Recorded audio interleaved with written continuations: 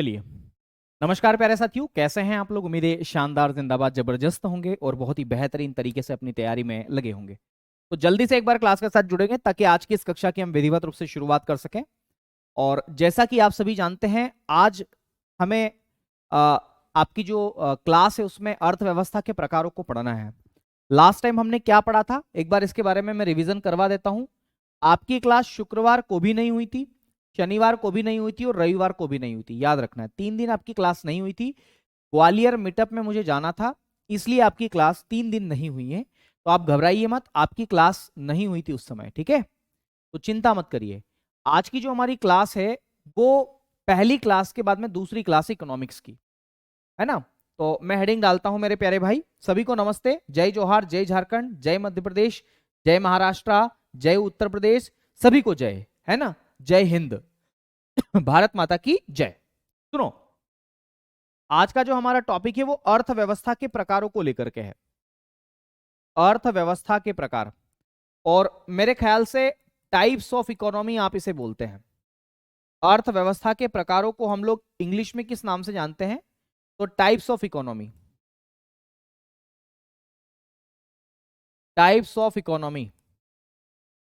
मेरे ख्याल से लास्ट क्लास में मैंने आपको बता दिया था कुछ बातें, लेकिन फिर मैं उसको थोड़ा सा डिस्कशन करूंगा ताकि कंटिन्यूटी बनी रहे। देखो, अर्थव्यवस्था में आपने कई सारे प्रकार इसके सुने होंगे। आपने सुना होगा ओपन इकोनॉमी, क्लोज्ड इकोनॉमी, है ना, समाजवादी अर्थव्यवस्था, मिश्रित अर्थव्यवस्था, विकासशील अर्थव्यवस्था। ये सब आपने सुना होगा। सुना है कि नहीं सुना है? बोले हाँ सर सुना है। तो वैसे ही अर्थव्यवस्था को अलग अलग आधारों पर अलग अलग प्रकारों में बांटा गया है। तो लिखेंगे अर्थव्यवस्था को, इकोनॉमी को, अर्थव्यवस्था को इकोनॉमी बोलते हैं। तो अर्थव्यवस्था को अलग अलग आधारों पर, अलग अलग आधार, आधार का मतलब होता है बेस, ठीक है। अर्थव्यवस्था को अलग अलग आधारों पर, अलग अलग आधारों पर, आधार का मतलब होता है बेस, ठीक है। अलग अलग आधारों पर अलग अलग प्रकार में बांटा गया, पर विभिन्न प्रकार में बांटा गया, ऐसा लिखो, विभिन्न प्रकार में बांटा गया, विभिन्न प्रकार में बांटा गया है, विभिन्न प्रकार में बांटा बांटा गया है। तो इकोनॉमी अलग अलग बेसिस पर अलग अलग प्रकारों से देखी जा सकती है। जैसे सबसे पहला है मेरे साथियों, है ना, सबसे पहला हम लोग लिखेंगे इसके अंदर वैदेशिक संबंधों के आधार पर अर्थव्यवस्था, on the basis of foreign relation, वैदेशिक संबंधों के आधार पर अर्थव्यवस्था, वैदेशिक संबंधों के आधार पर, है ना, on the basis of foreign relation, मतलब भारत की इकोनॉमी का रिलेशन बाकी देशों की इकोनॉमी के साथ में कैसा है, ठीक है। आ गई बात समझ में? तो वैदेशिक संबंधों के आधार पर अर्थव्यवस्था के प्रकार कौन कौन से हैं? तो on the basis of foreign relation, वैदेशिक संबंधों के आधार पर इकोनॉमी को दो प्रकारों में बांट करके देखा गया है, ठीक है। इसके कितने प्रकार है? दो प्रकार, दो प्रकार। सबसे पहला प्रकार है, एक को हम बोलते खुली अर्थव्यवस्था, खुली अर्थव्यवस्था, खुली अर्थव्यवस्था, क्या बोलते हैं? खुली अर्थव्यवस्था आप इसे बोलते हैं, जिसे हम लोग ओपन इकोनॉमी के नाम से जानते हैं। ओपन इकोनॉमी, ओपन इकोनॉमी, खुली अर्थव्यवस्था यानी कि ओपन इकोनॉमी मेरे साथियों, ओपन इकोनॉमी, खुली अर्थव्यवस्था। क्या होती है खुली अर्थव्यवस्था? तो मैं आपको ये बताना चाहता हूं कि ओपन इकोनॉमी किसे कहते हैं। तो मान लो ये कोई एक देश है, ठीक है, ये कोई भी एक देश है, और ये मान लो कोई दूसरा देश है, समझना, ये कोई भी एक देश है और ये कोई दूसरा देश है, इसके लिए तो विदेशी हो गया है। अगर मान लो इस देश के पास में कोई चीज नहीं है तो यहां से ये अपने पास मंगवा ले, और मंगवाने को हम बोलते हैं आयात करना। आयात को हम सिंपल सी भाषा में बोलते हैं इंपोर्ट करना, ठीक है। इसको मंगवा ले, अगर इसके पास में कोई चीज नहीं है तो ये इस देश से मंगवा ले, तो ये देश क्या कर रहा है इसका, ये देश इसके लिए एक्सपोर्ट हो गया, तो ये एक्सपोर्ट कर रहा है। तो मैं कहना ये चाहता हूं, जब मैं कहना ये चाहता हूं कि ओपन इकोनॉमी का सिंपल सा मतलब होता है जहां पर आयात और निर्यात दोनों को एक्सेप्ट किया जाए, जहां पर इंपोर्ट एंड एक्सपोर्ट दोनों को क्या किया जाए, एक्सपोर्ट किया जाए, उसे ओपन इकोनॉमी बोलते हैं। तो लिखेंगे, हम लिखेंगे जहां जहां आयात एवं निर्यात, आयात का मतलब होता है इंपोर्ट, आयात का मतलब क्या होता है, इंपोर्ट। तो जहां पर आयात एवं निर्यात, निर्यात का मतलब होता है एक्सपोर्ट करना, बेचना किसी चीज को, जहां पर आयात एवं निर्यात, इंपोर्ट एंड एक्सपोर्ट दोनों को स्वीकार किया जाए, दोनों को स्वीकार किया जाए, दोनों को स्वीकार किया जाए, उस देश की अर्थव्यवस्था को हम लोग ओपन इकोनॉमी बोलते हैं। और याद रखना, ओपन इकोनॉमी जो है ना, वो उदारीकृत इकोनॉमी है, लिबरल लिबरल इकोनॉमी, इसको ओपन इकोनॉमी बोल देते हैं, या फिर इसी को उदारीकृत, उदारीकृत अर्थव्यवस्था, लिबरल इकोनॉमी भी कहते हैं, उदारीकृत अर्थव्यवस्था कहते हैं, इसको अर्थव्यवस्था कहते हैं, इसको उदारीकृत अर्थव्यवस्था के नाम से जानते हैं। इसको हम लोग बोलते हैं अंग्रेजी में लिबरल इकोनॉमी। क्या बोलते हैं इसे, लिबरल इकोनॉमी के नाम से आप इसे जानते हैं, लिबरल, लिबरल लिबरल इकोनॉमी, है ना, इसको हम लिबरल इकोनॉमी भी कहते हैं। जो मेरा है सो तेरा है। आ गई बात समझ में? तो ये बात आपको यहां पर याद रखनी है। ओके, मैंने क्या बताया, ओपन इकोनॉमी, ओपन इकोनॉमी में कोई एक देश अन्य देशों के साथ में इंपोर्ट एंड एक्सपोर्ट दोनों को एक्सेप्ट करता हो, ठीक है, जहां लेना देना हो, उसी को हम लोग क्या बोलते हैं, तो याद रखना है, खुली अर्थव्यवस्था बोलते हैं। वर्तमान में जितने भी देश है वो सारे के सारे इसके उदाहरण हैं। ऐसा कोई भी देश नहीं है जो बंद अर्थव्यवस्था को अपनाता है, सभी के सभी ओपन इकोनॉमी को अपनाते हैं, इसलिए सारे के सारे इसके एग्जाम्पल है। तो पहला है, पहला प्रकार मैंने बताया वैदेशिक संबंधों के आधार पर, on the basis of foreign relation. इसके बेस पर दो प्रकार है, सबसे पहला है ओपन इकोनॉमी, अब दूसरा है मेरे साथियों जिसको हम लोग किस नाम से जानते हैं, क्लोज्ड इकोनॉमी के नाम से जानते हैं। तो मैं दूसरा हेडिंग डालता हूं, क्लोज्ड इकोनॉमी, ठीक है, बंद अर्थव्यवस्था, बंद अर्थव्यवस्था, बंद अर्थव्यवस्था। तो बंद अर्थव्यवस्था, या इसी को हम क्लोज्ड इकोनॉमी के नाम से जानते हैं, क्लोज्ड इकोनॉमी, बंद अर्थव्यवस्था या क्लोज्ड इकोनॉमी आप इसे बोलते हैं। अब क्लोज्ड इकोनॉमी ना, ये एक प्रकार का गर्ल्स हॉस्टल है। मुझे बताओ, बंद अर्थव्यवस्था में कोई एक देश, ये मान लो कोई भी एक देश है, ये दूसरा देश है ना, ना तो ये कोई चीज अपने देश में मंगवाता है, ना ही ये देश किसी दूसरे देशों को चीजें बेचता है। मतलब ना तो ये मेरे साथियों इंपोर्ट करवा रहा है और ना ही एक्सपोर्ट करवा रहा है।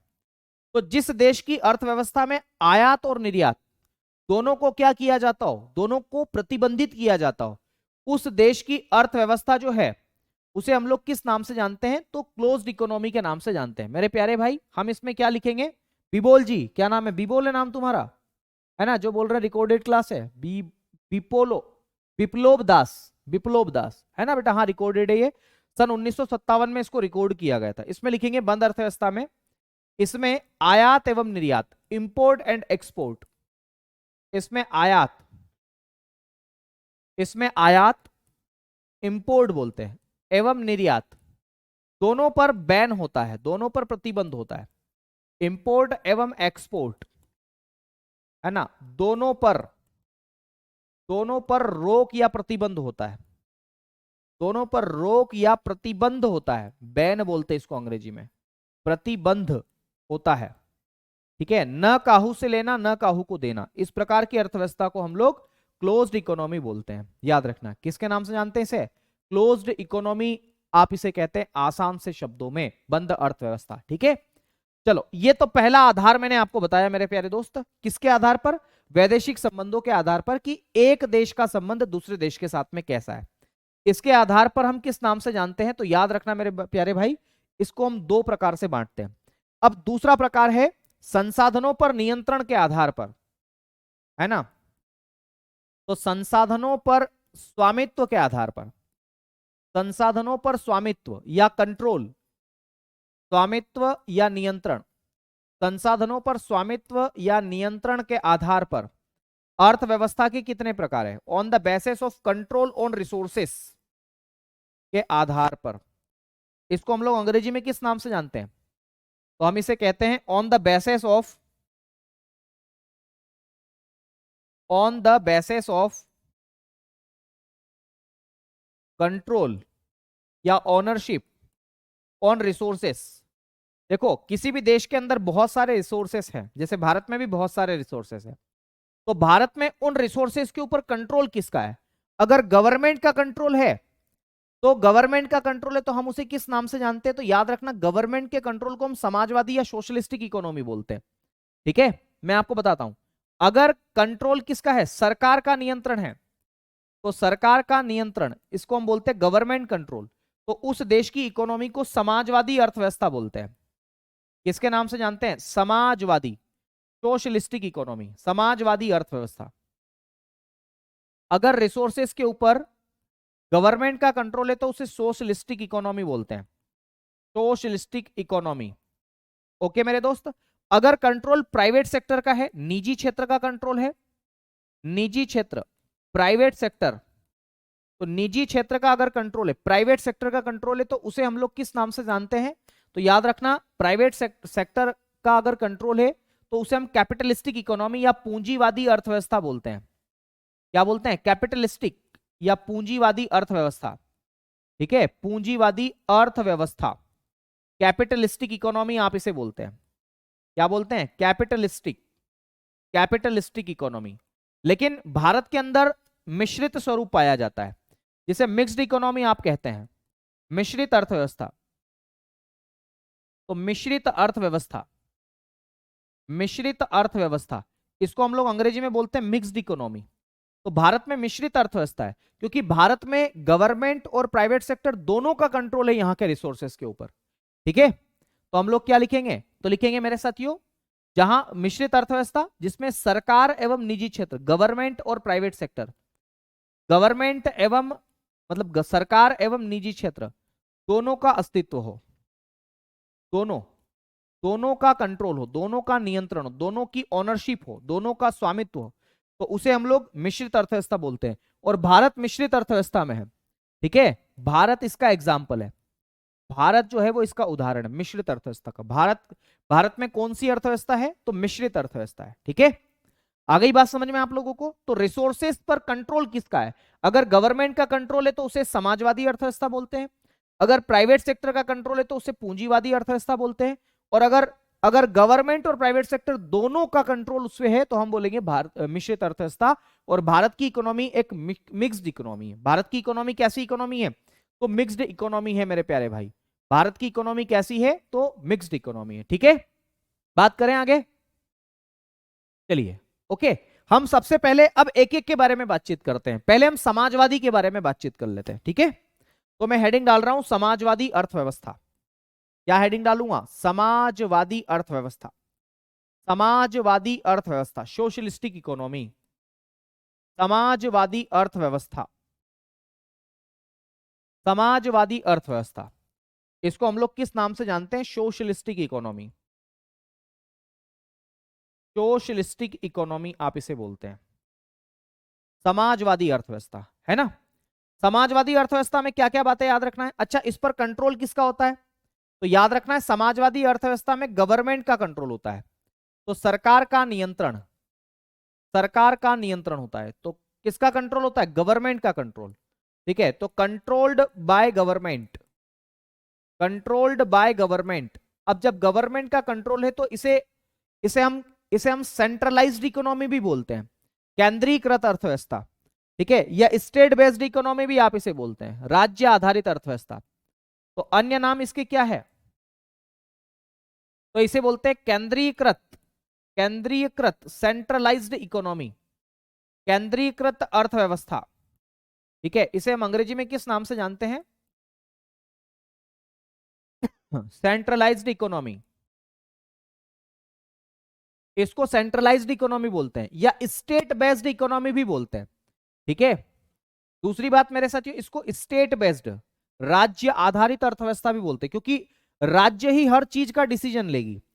ठीक है, state based economy, state based economy, राज्य आधारित अर्थव्यवस्था आप इसे बोलते हैं। क्यों बोलते हैं? अभी कारण बताता हूं।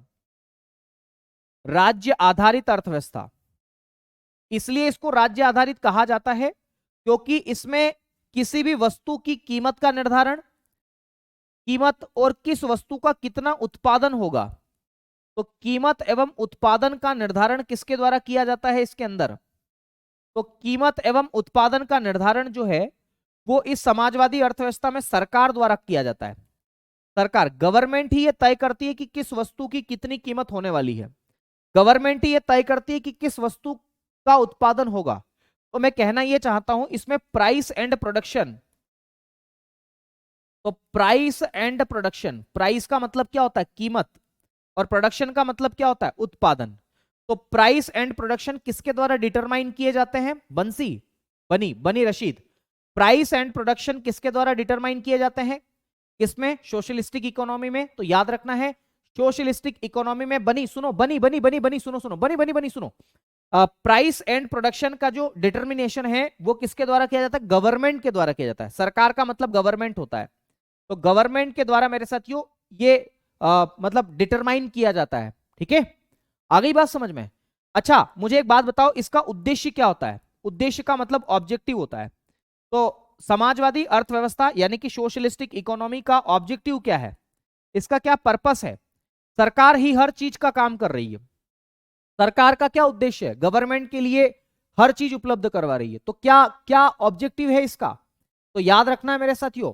ठीक है, इसका क्या ऑब्जेक्टिव है? अरे भाई, ऑब्जेक्टिव को अंग्रेजी में उद्देश्य बोलते हैं, हिंदी में वही तो मैं बोल रहा हूं, समझ ही नहीं रहे हो आप लोग, है ना? इसका उद्देश्य क्या है? ऑब्जेक्टिव क्या है? समाजवादी अर्थव्यवस्था का ऑब्जेक्टिव क्या है? तो याद रखना, इसका ऑब्जेक्टिव है जनता का कल्याण करना। जन कल्याण बोलते हैं इसको, पब्लिक वेलफेयर अंग्रेजी में बोलते हैं भाई। जन कल्याण करना, जन कल्याण। ठीक है, इसको हम लोग क्या बोलते हैं? Public welfare, public welfare. अरे कमेंट बाजी में रह जाओगे तो फेल हो जाओगे मेरे लाडलो, पढ़ लो पढ़ लो पढ़ लो। पब्लिक वेलफेयर, जनता का कल्याण। क्या बोलते हैं? जनता का कल्याण। जनता का कल्याण करना समाजवादी अर्थव्यवस्था का उद्देश्य है।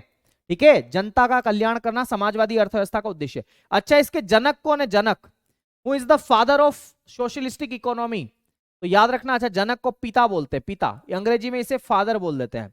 कौन है इसके जनक? एडम स्मिथ नहीं, कौन है? Karl Marx. तो कार्ल मार्क्स इसके जनक है। कौन है मेरे साथियों? कार्ल मार्क्स इसके जनक है। ठीक है, कार्ल मार्क्स। ठीक है, कार्ल मार्क्स इसके जनक है।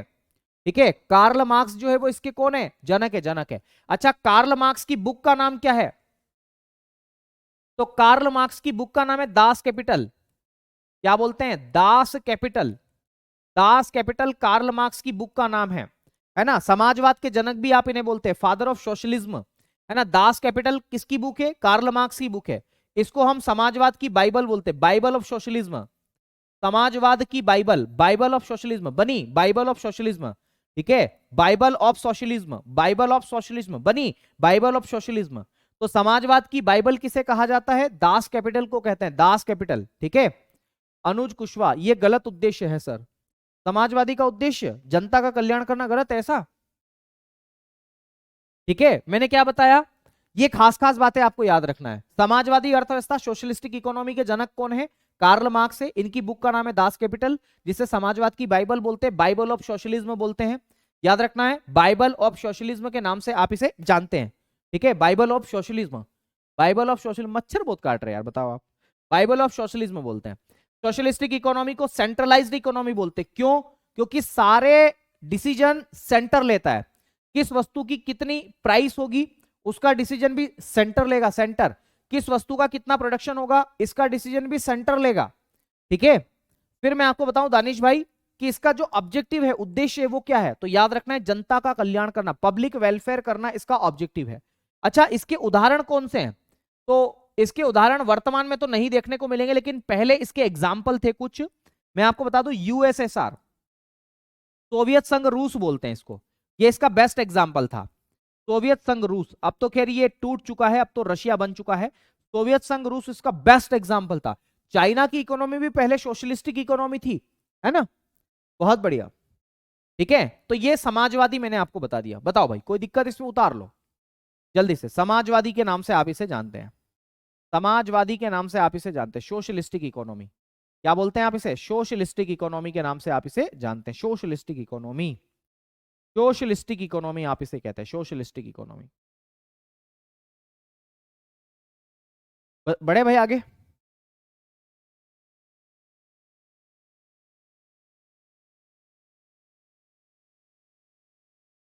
उतार लिया?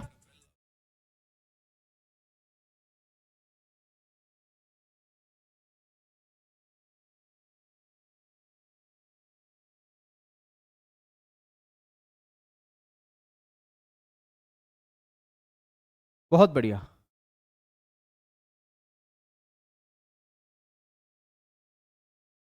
आगे आगे देखिए मेरे प्यारे भाई, आगे देखिए, आगे देखिए, अगली बात करते हैं, अगली बात, ये तो समाजवादी हो गया।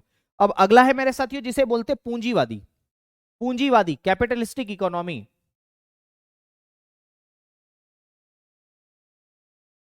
पूंजीवादी अर्थव्यवस्था।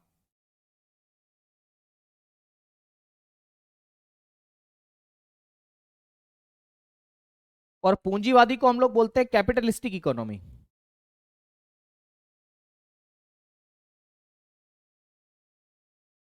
कैपिटलिस्टिक इकोनॉमी के नाम से आप इसे जानते हैं, है ना? सुनना, पूंजीवादी अर्थव्यवस्था में किसका कंट्रोल होता है? कैपिटलिस्टिक इकोनॉमी जो है इसमें किसका कंट्रोल होता है? ठीक है, तो इसमें लिखेंगे प्राइवेट सेक्टर का कंट्रोल, तो लिखेंगे रिसोर्सेस पर, संसाधनों पर। संसाधनों का मतलब होता है रिसोर्सेस, रिसोर्सेस आप इसे बोलते हैं। ठीक है, तो संसाधनों पर निजी क्षेत्र का नियंत्रण। निजी क्षेत्र बोले तो प्राइवेट सेक्टर, निजी क्षेत्र का नियंत्रण होता है या स्वामित्व होता है, तो प्राइवेट सेक्टर का कंट्रोल होता है। ठीक है, दूसरी बात, इसका उद्देश्य क्या होता है? तो इस कैपिटलिस्टिक इकोनॉमी का जो ऑब्जेक्टिव होता है, उद्देश्य का मतलब होता है ऑब्जेक्टिव, है ना बनी? ऑब्जेक्टिव आप इसे बोलते हैं। उद्देश्य का मतलब क्या होता है गुड़िया? ऑब्जेक्टिव होता है बिट्टू भाई, ऑब्जेक्टिव। ठीक है, बहुत बढ़िया।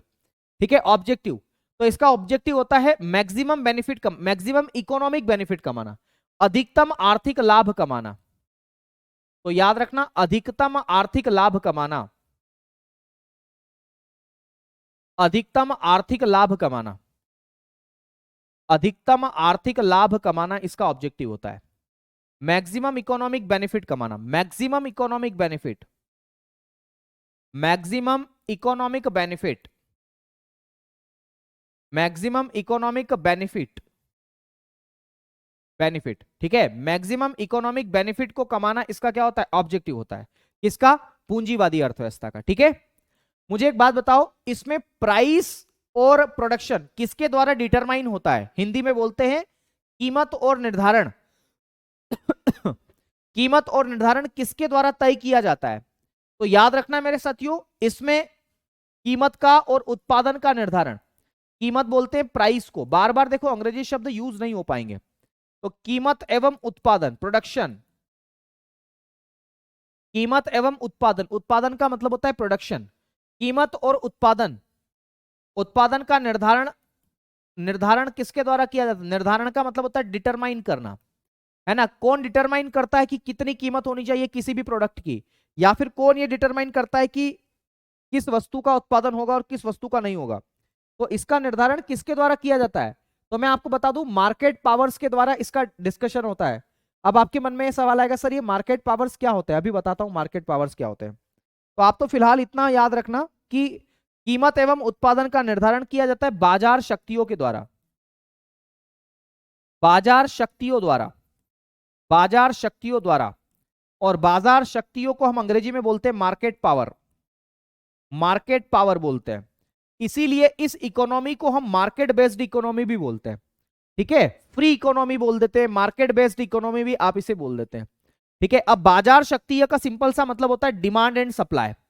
बाजार शक्तियों को हम मांग एवं पूर्ति को बाजार एवं शक्तियां, बाजार शक्तियां बोलते हैं। डिमांड एंड सप्लाई, मांग एवं पूर्ति, है ना? इसको हम लोग बोलते हैं demand and supply, demand and supply, demand and supply को ही मार्केट पावर्स बोलते हैं।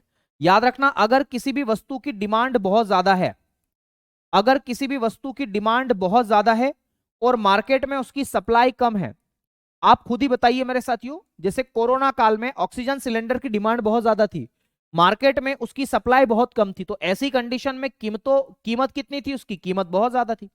तो डिमांड ज्यादा रहेगी और सप्लाई कम रहेगी तो प्राइस हमेशा ज्यादा ही रहेगा। इसके अलावा अगर हम बात करें मेरे साथियों कि डिमांड अगर मार्केट में कम है, ठंड के दिनों में या गर्मी के दिनों में ऊनी वस्त्रों की डिमांड बहुत कम होती है, लेकिन मार्केट में दुकानों पर उसकी सप्लाई तो अच्छी खासी मात्रा में है। तो मेरे साथियों ऐसी ऐसी कंडीशन पर कीमतें क्या हो जाती, कम हो जाती। आप खुद देखिए ना, जब टमाटर का सीजन आएगा तो ऐसी कंडीशन पर क्या होगा, तो टमाटर का जब सीजन आएगा तो टमाटर बहुत सारे होंगे दुकानों पर, होंगे कि नहीं होंगे, बोले बिल्कुल होंगे, बिल्कुल होंगे, है ना, बिल्कुल होंगे मेरे प्यारे भाई, ठीक है, बिल्कुल होंगे, ठीक है, बिल्कुल होंगे। तो टमाटर बहुत ज्यादा हो जाएंगे, तो टमाटर की डिमांड तो कम है लेकिन मार्केट में सप्लाई बहुत ज्यादा है, तो टमाटर सस्ते हो जाएंगे, सही है, ठीक है। तो इसी को हम मार्केट बेस्ड इकोनॉमी बोलते हैं। इसका अन्य नाम लिखना, अन्य नाम, इस पूंजीवादी अर्थव्यवस्था को और किस नाम से जानते हैं, तो याद रखना इसको बोलते हैं बाजार आधारित अर्थव्यवस्था, मार्केट बेस्ड इकोनॉमी, बाजार आधारित अर्थव्यवस्था, ठीक है, इसको हम बोलते हैं market based economy, market based economy, क्या बोलते हैं मेरे प्यारे भाई, मार्केट बेस्ड इकोनॉमी के नाम से आप इसे जानते हैं, मार्केट बेस्ड इकोनॉमी या बाजार आधारित अर्थव्यवस्था आप इसे कहते हैं, मार्केट बेस्ड इकोनॉमी या बाजार आधारित अर्थव्यवस्था आप इसे कहते हैं।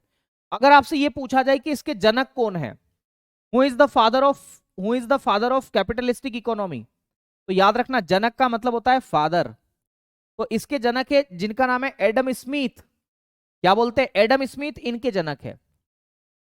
तो एडम स्मिथ इसके जनक है, एडम स्मिथ कौन है इसके जनक, एडम स्मिथ जो है उनकी बुक का नाम क्या है, तो एडम स्मिथ की बुक 1776 में पब्लिश हुई थी और इनकी बुक का नाम है wealth of Nations, wealth of Nations, wealth of Nations इनकी किताब का नाम है भैया, याद रखना है, wealth of Nations Adam Smith की किताब का नाम है, ठीक है, बस इतना भर याद रखो। कैपिटलिस्टिक इकोनॉमी में रिसोर्सेस पर प्राइवेट सेक्टर का कंट्रोल है, दूसरा बात इसका ऑब्जेक्टिव होता है मैक्सिमम इकोनॉमिक बेनिफिट कमाना, तीसरी बात इसमें कीमत एवं उत्पादन का निर्धारण मार्केट पावर्स के द्वारा किया जाता है, इसको मार्केट बेस्ड इकोनॉमी बोल देते हैं, ठीक है, और इसके जनक एडम स्मिथ है, बस काफी बातें इतनी, वेल्थ ऑफ नेशंस बिल्कुल, ठीक है, वेल्थ ऑफ नेशंस इनकी बुक का नाम है। बताओ कोई दिक्कत यहां तक किसी को, बताएंगे एक बार, है ना, बताएंगे भाई,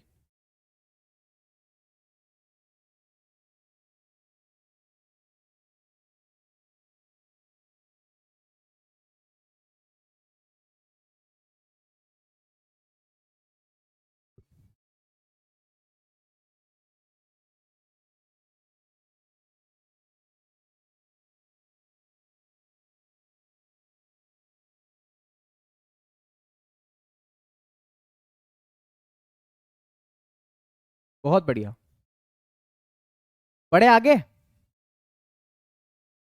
हाँ इसके उदाहरण जरूर लिख लेना, अमेरिका है, जर्मनी है, जापान है, फ्रांस है, इटली है, मतलब वर्तमान में तो सभी देश इसके उदाहरण है, और इंडिया खुद, याद रखना इंडिया खुद अब इसके उसके अंदर आ रहा है, तो इसका उदाहरण लिखो, उदाहरण एग्जाम्पल, तो यूएसए इसका एग्जाम्पल है, जापान इसका एग्जाम्पल है, ठीक है, और जितने भी देश है वो सारे के सारे इसी के एग्जाम्पल है, ठीक है। सचिन यादव, सर जी फर्स्ट क्लास में प्राइमरी सेक्टर के बाद तीसरा सेक्टर से आगे होनी थी आज, टर्शरी सेक्टर पढ़ा चुका हूं भाई मैं, ठीक है, टर्शरी सेक्टर में पढ़ा चुका हूं, एक बार चेक कर लूंगा, ओके। अगला लिखेंगे मेरे साथियों मिश्रित अर्थव्यवस्था, मिक्स्ड इकोनॉमी, तो हेडिंग डालेंगे मिश्रित अर्थव्यवस्था, मिश्रित अर्थव्यवस्था, मिश्रित अर्थव्यवस्था, एडम स्मिथ, कार्ल मार्क्स, ठीक है वही तो बोल रहा हूं, मिश्रित अर्थव्यवस्था, मिश्रित अर्थव्यवस्था, तो मिश्रित अर्थव्यवस्था इसको हम बोलते हैं मिक्स्ड इकोनॉमी, मिक्स्ड इकोनॉमी। अच्छा मिश्रित अर्थव्यवस्था में क्या होता है, तो मैं बता दूं कि मिश्रित अर्थव्यवस्था में प्राइवेट सेक्टर और गवर्नमेंट सेक्टर दोनों का देश के अंदर जितने भी रिसोर्सेस है उस पर कंट्रोल होता है। तो हम यहां पर ये लिखेंगे, इसमें क्या लिखेंगे, इसमें लिखेंगे कि संसाधनों पर, संसाधन का मतलब होता है रिसोर्सेस,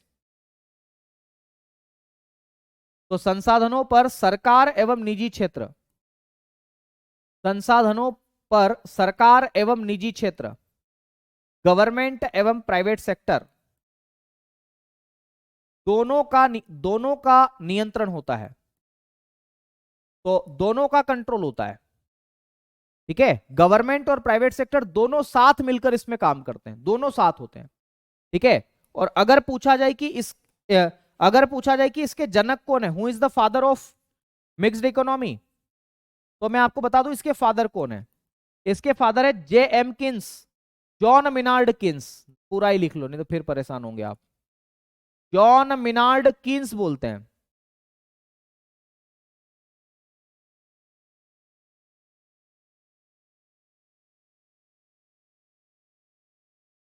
जॉन मिनार्ड किन्स, ठीक है, ये इसके जनक है। और मैं आपको बता दूं मेरे साथियों, इसका ऑब्जेक्टिव क्या होता है, गवर्नमेंट भी है और प्राइवेट सेक्टर भी है। तो गवर्नमेंट का उद्देश्य क्या होता है, पब्लिक वेलफेयर करना, जनता का कल्याण करना। और प्राइवेट सेक्टर का क्या कंट्रोल होता क्या होता है, प्राइवेट सेक्टर का मैक्सिमम बेनिफिट कमाना। तो इसका जो ऑब्जेक्टिव है मिक्स्ड इकोनॉमी का, वो पब्लिक वेलफेयर और बेनिफिट कमाना दोनों होता है। तो जन कल्याण के साथ साथ आर्थिक लाभ कमाना, जन कल्याण के साथ आर्थिक लाभ कमाना। ठीक है, economic benefit with public welfare, तो आर्थिक लाभ कमाना, ये इसका उद्देश्य होता है। ठीक है, तो economic benefit with public welfare, economic benefit with public welfare, with public welfare, public welfare. Okay मेरे प्यारे भाई, तो ये मिक्स्ड इकोनॉमी के बारे में मैंने बताया। और इसका बेस्ट एग्जांपल कौन सा है, तो इंडिया इसका बेस्ट एग्जांपल है। मिक्स्ड इकोनॉमी का एग्जांपल कौन सा है, इंडिया। मच्छरों तुमको तो जिंदा जला डालूंगा मैं, बुखार प्राणी हूं मैं, है ना। इसका एग्जाम्पल कौन सा है, तो इंडिया इसका एग्जाम्पल है। India is the best example of mixed economy. ठीक है सर, नोट्स बनाना है क्या, बना लोगे तो बहुत अच्छा है ना, आपके लिए बोल रहा हूं। भाई बताओ, कोई दिक्कत किसी को, बताओ एक बार, किसी को भी कोई दिक्कत है। सर दोनों का, हाँ दोनों का साथ में जला दीजिए, हमने जला दिए इनको। 2 मच्छरों को डाल के आया हूं मैं आज ऑल आउट में। पाप में जाओगे ना, पाप लगे तो लगे, पर बस मच्छर काटने की वजह से मलेरिया नहीं होना चाहिए। ठीक है, तो ये मैंने दूसरा आधार बताया कि रिसोर्सेस पर कंट्रोल किसका है। तो रिसोर्सेस पर कंट्रोल के आधार पर 3 प्रकार। अब मैं आपको बताता हूं किसी भी देश की इकोनॉमी का डेवलपमेंट कितना हुआ है, उसके आधार पर हम इकोनॉमी को 3 टाइप में डिवाइड करके देखते हैं। ठीक है, तो अगला अगला हेडिंग डालता हूं, और अगला है अर्थव्यवस्था के विकास के आधार पर अर्थव्यवस्था के प्रकार, या ऐसा लिखिए किसी देश का विकास, किसी देश के विकास, किसी देश के विकास के आधार पर, किसी देश के विकास के आधार पर अर्थव्यवस्था कितने प्रकारों की होती है। तो मैं आपको बताना चाहूंगा कि किसी भी देश का विकास अगर बहुत ज्यादा हो गया तो उसे विकसित बोलते हैं, अगर विकास कम हुआ तो विकासशील, और अगर पूछा जाए कि विकास बिल्कुल नहीं हुआ तो उसे बोलते हैं अल्प विकसित। तो याद रखना, मैं आपको बताना चाहूंगा कि विकास के आधार पर अर्थव्यवस्था को 3 भागों में बांट करके देखा जाता है। अगर विकास बहुत कम है, विकास बहुत कम है, तो उसे अल्प विकसित अर्थव्यवस्था बोलते हैं, अंडर डेवलपिंग इकोनॉमी, अल्प विकसित अर्थव्यवस्था। और इसको हम लोग बोलते हैं अंडर डेवलपिंग,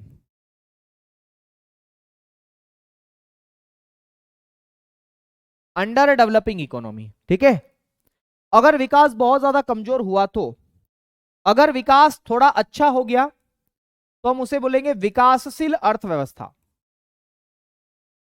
विकासशील अर्थव्यवस्था, विकासशील अर्थव्यवस्था, इसको हम बोलते हैं डेवलपिंग इकोनॉमी, डेवलपिंग इकोनॉमी। ठीक है, इकोनॉमी ये मैंने शॉर्ट फॉर्म में लिखा है।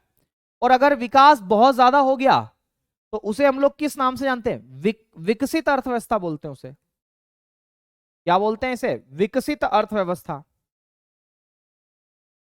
विकसित अर्थव्यवस्था, डेवलप्ड इकोनॉमी।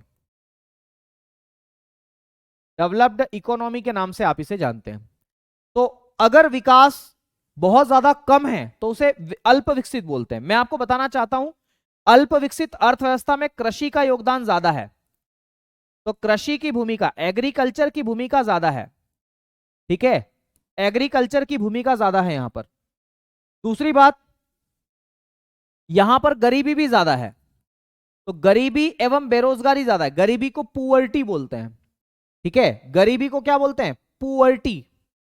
तो पुअर्टी बहुत ज्यादा है यहां पर, पुअर्टी बहुत ज्यादा है। रोजगार बहुत कम है।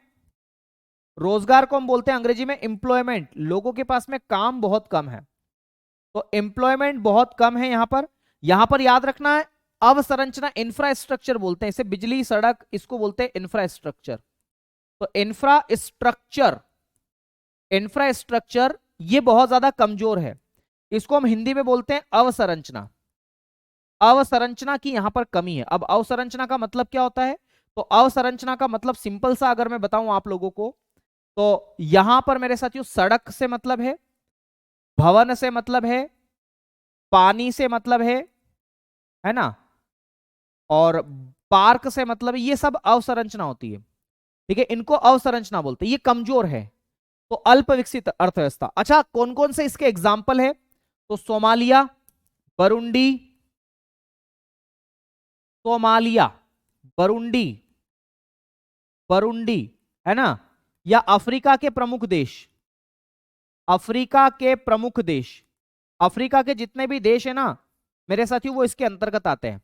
तो अफ्रीकन कंट्रीज इसके अंतर्गत आती है, जिसको हम बोलते हैं अंडर डेवलपिंग इकोनॉमी। क्या बोलते हैं? अंडर डेवलपिंग इकोनॉमी के नाम से आप इसे जानते हैं।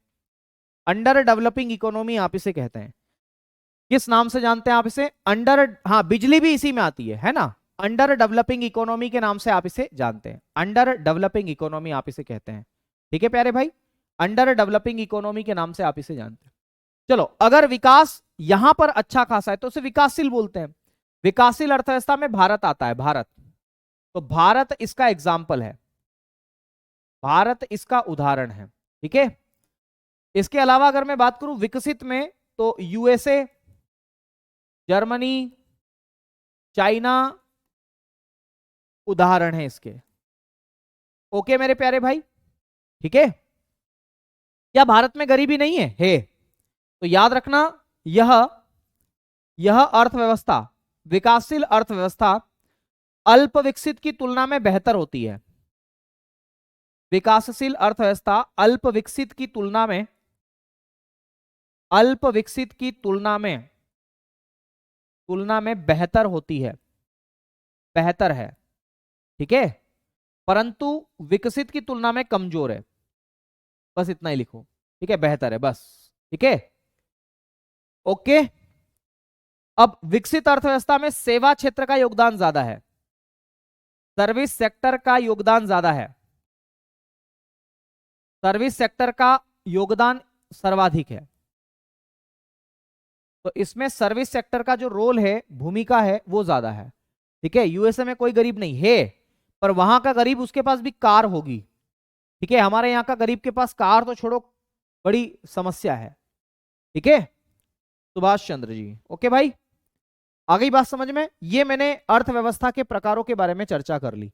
अब क्या पढ़ाना चाहिए बताओ? बैंकिंग शुरू कर दें हम लोग? पहले इसको उतार लो जल्दी से, अभी तो है हमारे पास में समय, 10 मिनट लगभग और पढ़ेंगे हम लोग। बताओ, यहां तक कोई दिक्कत किसी को? हम्म, बताएंगे भाई?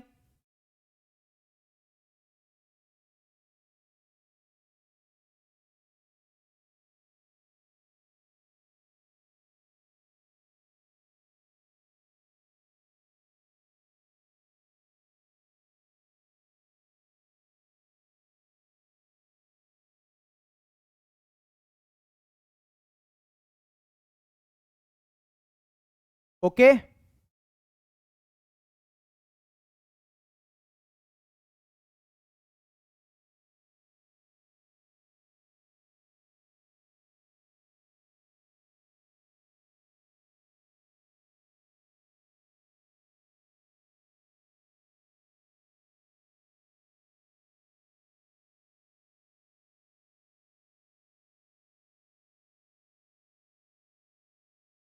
बढ़े आगे बढ़े। तो आइए थोड़ी सी बैंकिंग की हम शुरुआत कर लेते हैं आज से ही। तो बैंकिंग बैंकिंग बैंकिंग की शुरुआत कर लेते हैं, बैंकिंग। अगला हेडिंग डालेंगे बैंकिंग। बैंकिंग। और बैंकिंग में भी हम लोग शुरुआत करते हैं मेरे साथियों अभी आरबीआई के बारे में। आरबीआई के बारे में जानकारी ले लेते हैं, रिजर्व बैंक ऑफ इंडिया। ठीक है। Okay, reserve bank of India. Banking में हम लोग क्या हेडिंग डाल रहे हैं, reserve bank of India. Reserve bank of India, RBI आप इसे बोलते हैं। रिजर्व बैंक ऑफ इंडिया आप इसे कह देते हैं। आसान से शब्दों में अगर मैं बताऊं तो इसे आरबीआई के नाम से जाना जाता है। आरबीआई आप इसे बोल देते हैं, RBI, reserve bank, reserve bank of India. आपको पता है देश का सेंट्रल बैंक है आरबीआई, है ना। जो आरबीआई है वो हमारे देश का सेंट्रल बैंक है। ठीक है। तो याद रखना, आरबीआई, आरबीआई देश का सेंट्रल बैंक है। आरबीआई देश का केंद्रीय बैंक है। आरबीआई देश का केंद्रीय बैंक, सेंट्रल बैंक है। आरबीआई देश का सेंट्रल बैंक है। तो RBI is a central bank of India. ठीक है। RBI is a central bank of India, याद रखना है। अच्छा, अगर आपसे पूछा जाए कि इसकी स्थापना कब की गई, इसको स्टैब्लिश कब किया गया, बनी, इसको स्टैब्लिश कब किया गया, अगर आपसे ऐसा सवाल पूछे तो बनी जी क्या बताएंगे। तो याद रखना है 1 अप्रैल 2000, नहीं, 1 अप्रैल 1935 को। तो 1 अप्रैल 1935 को इसको स्टैब्लिश किया गया। कौन से एक्ट से किया गया, तो आरबीआई एक्ट 1934 से। तो आरबीआई अधिनियम 1934 की सहायता से इसको स्थापित किया गया। ठीक है। ओके, 1935 में इसको स्टैब्लिश किया गया, आरबीआई एक्ट 1934 की सहायता से। इसका मुख्यालय कहां पर था, मुख्यालय का मतलब है हेडक्वार्टर। तो बताइए इसका मुख्यालय कहां पर है। तो 1937 तक इसका हेडक्वार्टर था कलकत्ता में, कलकत्ता। और 1937 से वर्तमान तक, वर्तमान में भी इसका जो हेडक्वार्टर है वो कहां पर है, मुंबई में, मुंबई। कहां पर है, मुंबई में, मुंबई। ठीक है। अच्छा, इसकी रिकमेंडेशन किसके द्वारा की गई थी, सिफारिश, आरबीआई की स्थापना की सिफारिश किसके द्वारा की गई, रिकमेंडेशन आप इसे बोलते हैं। तो आरबीआई की स्थापना की सिफारिश किसके द्वारा की गई मेरे प्यारे भाई, तो याद रखना यंग हिल्टन कमीशन के द्वारा।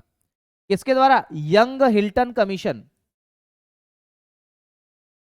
Young Hilton commission, young Hilton commission बोल देते हैं। इसी का नाम रॉयल कमीशन भी, इसको रॉयल कमीशन के नाम से भी जाना जाता है। तो आप इसमें लिखेंगे रॉयल कमीशन, रॉयल कमीशन इसके द्वारा की गई। या इसी को हम शाही आयोग भी बोल देते हैं। क्या बोल देते हैं, शाही आयोग। तो शाही आयोग भी आप इसे कह देते हैं, कोई दिक्कत वाली बात नहीं है। ठीक है। इसने इसकी सिफारिश करी थी, इसी पर 1 अप्रैल 1935 को इसको स्टैब्लिश किया गया था। ठीक है। अगर आपसे पूछा जाए इसका अकाउंटिंग ईयर क्या है, इसका लेखा वर्ष, आरबीआई का लेखा वर्ष क्या है, लेखा वर्ष को हम बोलते हैं अकाउंटिंग ईयर। आरबीआई का लेखा वर्ष या अकाउंटिंग ईयर क्या है। ठीक है, क्या है अकाउंटिंग ईयर, आरबीआई का लेखा वर्ष क्या है। तो याद रखना मेरे साथियों 1 अप्रैल से 31 मार्च, मतलब आरबीआई में भी तो पैसों का लेन देन होता है ना। तो वो अपने पैसों का लेन देन किस तिथि से किस तिथि तक गिनता है, तो 1 अप्रैल से 31 मार्च तक इसका अकाउंटिंग ईयर होता है। ठीक है।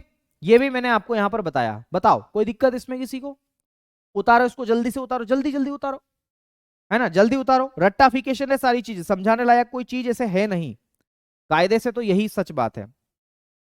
ठीक है। बताओ।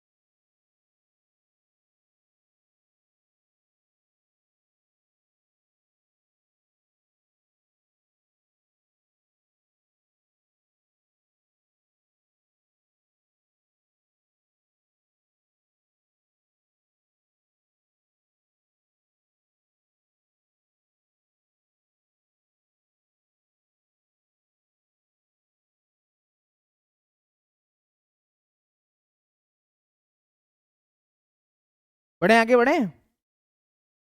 चलिए आगे बात करते हैं मेरे साथियों। ये कुछ बातें जो मैंने आपको बताई।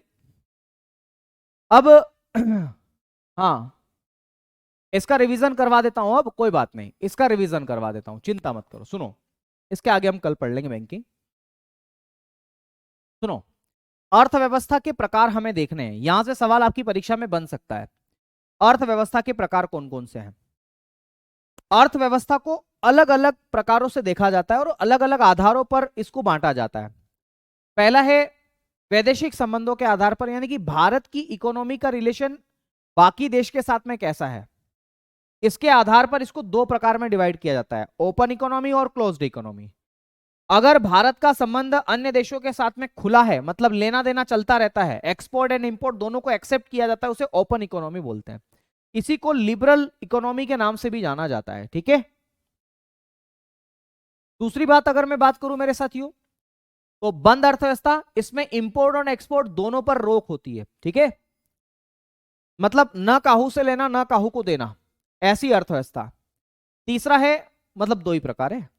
अब दूसरा आधार है रिसोर्सेस पर कंट्रोल किसका है। अगर किसी देश के अंदर रिसोर्सेस पर कंट्रोल गवर्नमेंट का है तो समाजवादी अर्थव्यवस्था बोलते हैं। अगर अगर मेरे साथियों प्राइवेट सेक्टर का कंट्रोल है तो पूंजीवादी अर्थव्यवस्था बोलते हैं।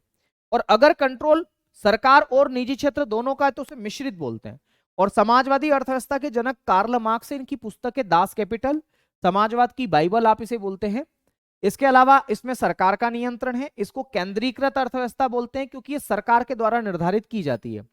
साथ ही साथ इसे स्टेट बेस्ड इकोनॉमी बोलते हैं, इसलिए क्योंकि स्टेट ही इसमें प्राइस और प्रोडक्शन का डिटरमाइन करता है कि किसका कितना उत्पादन होगा। ठीक है। इसका उद्देश्य क्या है? जनता का कल्याण करना। और यूएसएसआर और ये इसके एग्जाम्पल है। पूंजीवादी अर्थव्यवस्था की अगर हम चर्चा कर लें तो संसाधनों के ऊपर निजी क्षेत्र का नियंत्रण है, इसका उद्देश्य मैक्सिमम बेनिफिट कमाना होता है। और इसमें प्राइस और प्रोडक्शन का डिटर्मिनेशन मार्केट पावर्स करती है। मार्केट पावर्स का मतलब है डिमांड एंड सप्लाई, इसीलिए इसे मार्केट बेस्ड इकोनॉमी भी आप कहते हैं। इसके जनक एडम स्मिथ है, जिनकी पुस्तक का नाम है वेल्थ ऑफ नेशंस, जो कि 1776 में पब्लिश की गई थी। और USA, Japan, Germany, France, Italy सारे देश इसके उदाहरण हैं। और मैं तो कहूंगा वर्तमान में भारत भी इसकी ओर घुस रहा है। खैर भारत में मिक्स्ड इकोनॉमी है, जिसके जनक जॉन मेनार्ड किन्स हैं। और मैं बता दूं कि संसाधनों पर सरकार और निजी क्षेत्र दोनों का कंट्रोल है और जनता के कल्याण के साथ साथ इकोनॉमिक बेनिफिट कमाना इसका उद्देश्य है। विकास की बात मैं करूं तो सबसे कम विकास अगर हुआ है तो अल्प विकसित, उससे थोड़ा बेहतर है तो विकासशील, उससे ज्यादा अच्छा है तो विकसित। कृषि की भूमिका अल्प विकसित में ज्यादा है, गरीबी ज्यादा है, रोजगार कम है, बेरोजगारी ज्यादा है, इंफ्रास्ट्रक्चर कमजोर है। और बरुंडी या अफ्रीका के जितने भी देश है वो इसके उदाहरण हैं। वहीं पर मेरे साथियों विकासशील में भारत आता है। भारत में गरीबी भी है, बेरोजगारी भी है, भूखमरी भी है, सब कुछ, लेकिन अल्प विकसित की तुलना में बेहतर कंडीशन में भारत है। विकसित तो और बेहतर है, यहां पर सर्विस सेक्टर का योगदान बहुत ज्यादा है। और मैं आपको बता दूं यूएसए, जर्मनी, जापान इसके बेस्ट एग्जांपल है। तो ये आज की इस क्लास थी।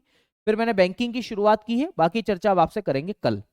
तो इसी समय पर आपकी क्लास हुआ करेगी, अब याद रखना है। और इसी समय हम लोग मिलेंगे कल, आरबीआई के साथ हम मिलेंगे, आरबीआई के बारे में खास खास बातचीत करेंगे। ठीक है, चलिए नमस्कार, शुक्रिया, धन्यवाद, जय महाकाल, नमस्ते। शुक्रिया, है ना बिट्टू जी, छोटू जी, काजल, बनी, ठीक है, ओके, शुक्रिया।